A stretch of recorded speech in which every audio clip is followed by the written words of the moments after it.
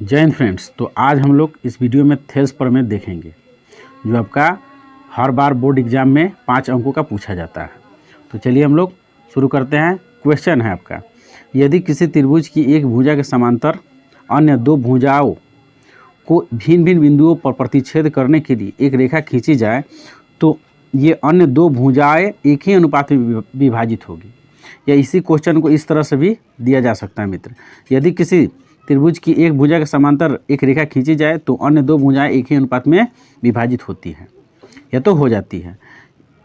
तो इसी चीज़ को इंग्लिश में आपको इंग्लिश में भी पूछा जा सकता है। If a line drawn parallel to one side of a triangle the other two side are divide into the same ratio. तो मित्र हम लोग आज इस वीडियो में थेल्स प्रमेय सिद्ध करना क्या किए माने, और इस यानी ABC एक त्रिभुज बनाए हैं और इस त्रिभुज में BC भुजा के समांतर यानी एक भुजा के समांतर एक रेखा ही D क्या किए खींचे। क्या किए, ABC एक त्रिभुज माने हैं जिसमें BC के समांतर एक D लाइन क्या हुआ खींचे। समांतर लाइन क्या होता है मित्र, कि वह ऐसा दो लाइन जिसकी दूरी बराबर है ना, हमेशा एक ही समान रहे। जैसे मान लीजिए कि यहाँ से लेकर यहाँ तक अगर मान लीजिए कि 4 मीटर दूरी है तो यानी दो समांतर लाइन उसे कहते हैं जिसकी समान यानी उसके बीच की दूरी समान हो। तो यहाँ पर वही है कि BC के समांतर यहाँ पर हम लोग D खींचे। ठीक है मित्र, तो D से DM लंब डाला गया है, D से DM लंब डाला AC पर, और E से EN लंब डाले हम लोग कहाँ, तो AB पर। याद रखना है मित्र कि यह क्या है, आपका लंब है यानी ऊंचाई है। तो यहाँ हम लोग देखें कि D से DM लंब है AC पर और E से EN लंब है आपका AB पर, और B से E को मिला दिए और C से है ना D यानी C से D या D से C को क्या किए मिलाए। ठीक है मित्र, तो विशेष प्रतिज्ञा में जो चीज़ हम लोग माने हैं उसको लिखेंगे। ठीक है, तो माना कि त्रिभुज ABC की भुजा BC के समांतर DE रेखा खींचा जो AB तथा AC को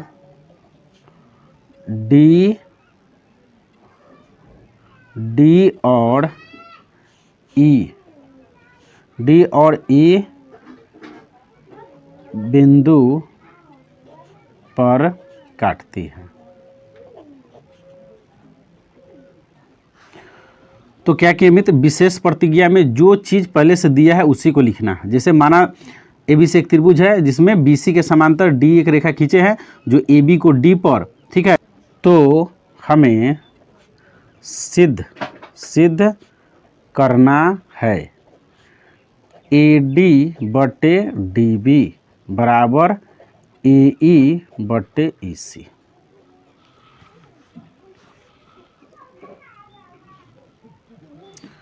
तो हमें सिद्ध करना है, देखिए AD बटे DB और AE बटे EC। अब देखिए मित्र, रचना में आपको लिखना है तो जो आप है ना किए हैं, ठीक है, उसी को लिखना है। यानी क्या लिखना है कि D से DM और E से EN क्या है, लंब है AB और AC पर, और B से E को और C को D को मिला है। यह चीज़ को रचना में लिखना है। D से DM तथा E से EN, ठीक है, लंब क्रमशः AC तथा AB पर डाले और B से है ना B से E को और C को D से मिलाया।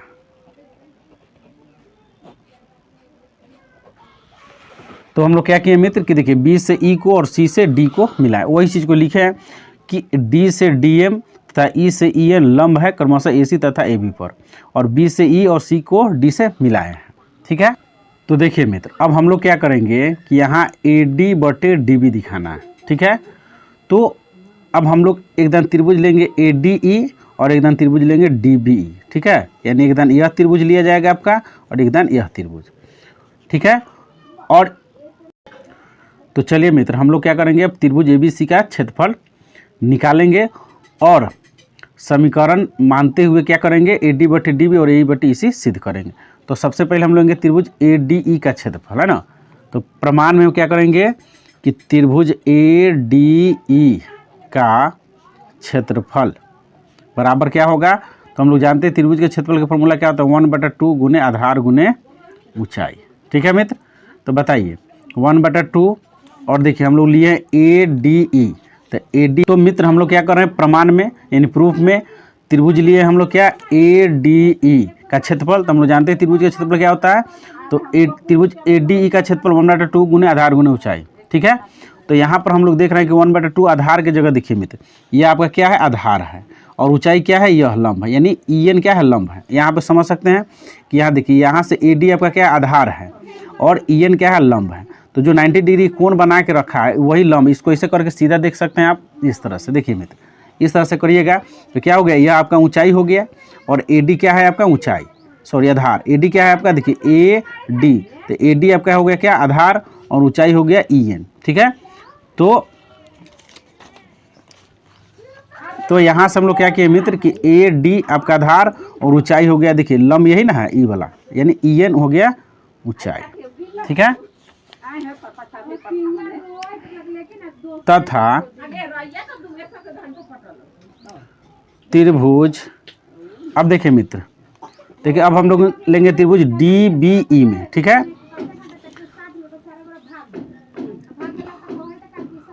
तो त्रिभुज डी बी ई का क्षेत्रफल, डी बी का क्षेत्रफल, तो फिर क्या लेंगे 1/2 गुने आधार। तब देखिए मित्र यहाँ पर आधार कितना है, यह है डी बी है, आधार कितना है डी बी, ऊंचाई क्या हो गया ई एन, ऊंचाई क्या हो जाएगा मित्र ई एन। तो हम लोग समझते हैं ऊंचाई कैसे ई एन हो गया। देखिए अगर यह लाइन को आप देखते हैं मित्र, देखिए तो यहाँ पर ए डी आपका आधार था, ऊंचाई क्या था यहाँ ई एन है, तो बताइए यह अब यहाँ पर देखिए डी बी आपका आधार है तो ऊंचाई तो यही ना होगा। ठीक है, तो दोनों के लिए ऊंचाई यही होगा। देखिए एक लाइन है, आधार पूरा है लाइन, तो ये क्या है ऊंचाई है, तो इसके लिए भी ऊंचाई यही होगा और इसके लिए भी ऊंचाई यही होगा। ठीक है, तो इस तरह से यहाँ पर लिखा गया है। ठीक है, अब मित्र लिखेंगे त्रिभुज ए डी ई का क्षेत्रफल बटा त्रिभुज डी बी है ना डी बी ई का क्षेत्रफल बराबर क्या लिखेंगे, तो 1/2 गुने आधार है ए डी गुने ई एन ऊंचाई बटे 1/2 गुने डी बी गुने ई एन। हम लोग क्या किए मित्र, तो देखिए मित्र हम लोग क्या किए कि त्रिभुज ए डी ई का क्षेत्रफल बटे त्रिभुज डी बी का क्षेत्रफल बटा क्यों कर रहे हैं, क्योंकि हमको आधारभूत अनुपातिकता दिखाना है, यानी ए डी बटे डी बी, इसीलिए हम लोग क्या किए अनुपात किए। अब देखिए 1/2 से 1/2 कट गया और ई एन से ई एन कट गया, तो आपका बचा कितना, तो ए डी बटे डी बी, यह हो गया आपका समीकरण 1। अब क्या करेंगे मित्र, फिर लेंगे ए डी ई का क्षेत्रफल और डी ई सी का क्षेत्रफल का अनुपात डायरेक्ट लेंगे, है ना। तो फिर त्रिभुज ए डी ई का क्षेत्रफल बटे त्रिभुज डी ई सी का क्या क्षेत्रफल, तो देखिए इसका फिर हो जाएगा 1/2 गुने ए डी, देखिए ए डी ई, तो इसमें आधार हो गया आपका ई सी।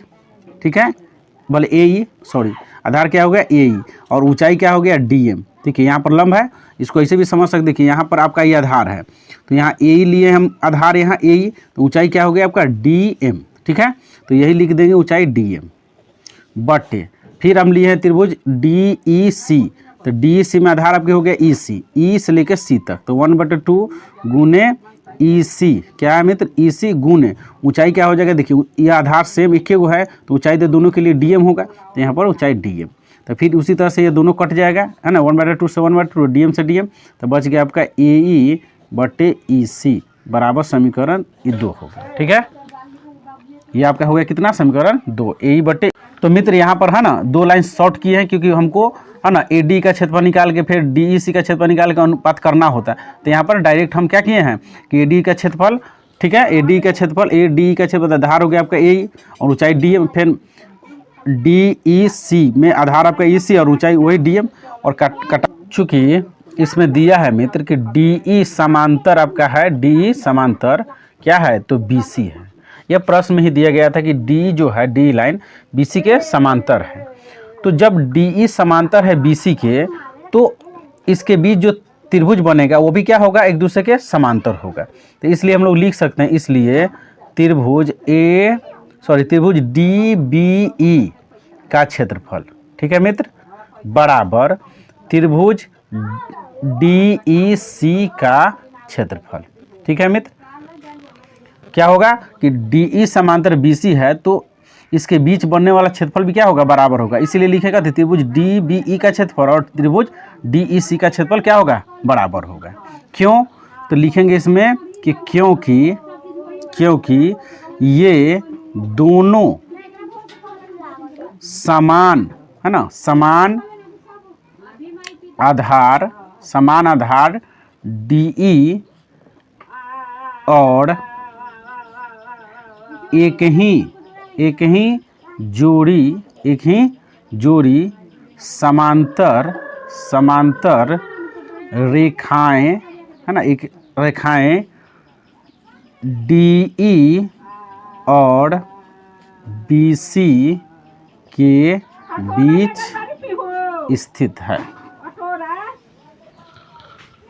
तो यहाँ पर हम लोग क्या लिखे मित्र कि DE समांतर BC है तो इसके बीच में बनने वाला क्षेत्रफल भी क्या होगा, बराबर होगा। तो इसीलिए लिखे हैं त्रिभुज DBE का क्षेत्रफल और त्रिभुज DEC का क्षेत्रफल बराबर होगा, क्योंकि ये दोनों समान आधार D और एक ही जोड़ी समांतर रेखा D और BC के बीच स्थित है। देखिए मित्र, यहाँ पर हम लोग देख रहे हैं कि दिया है प्रश्न में DE समांतर BC, तो हम लोग लिख सकते हैं त्रिभुज DBE का क्षेत्रफल बराबर होगा, ठीक है, त्रिभुज DEC का क्षेत्रफल। क्यों, देखिए, क्योंकि यह एक ही जोड़ी समांतर रेखा D और BC के बीच में है, जिसका आधार दोनों का क्या है, सेम है D। तो यहाँ देखिए, अब यहाँ हम लोग समझते हैं कि देखिए इसको अगर हम मिला देते हैं यहाँ पर इस तरह से और इसको इस तरह से मिला दिए, तो बताइए त्रिभुज अब लीजिए DBE, त्रिभुज DBE यह त्रिभुज लीजिए मित्र, ठीक है, और त्रिभुज लीजिए DEC।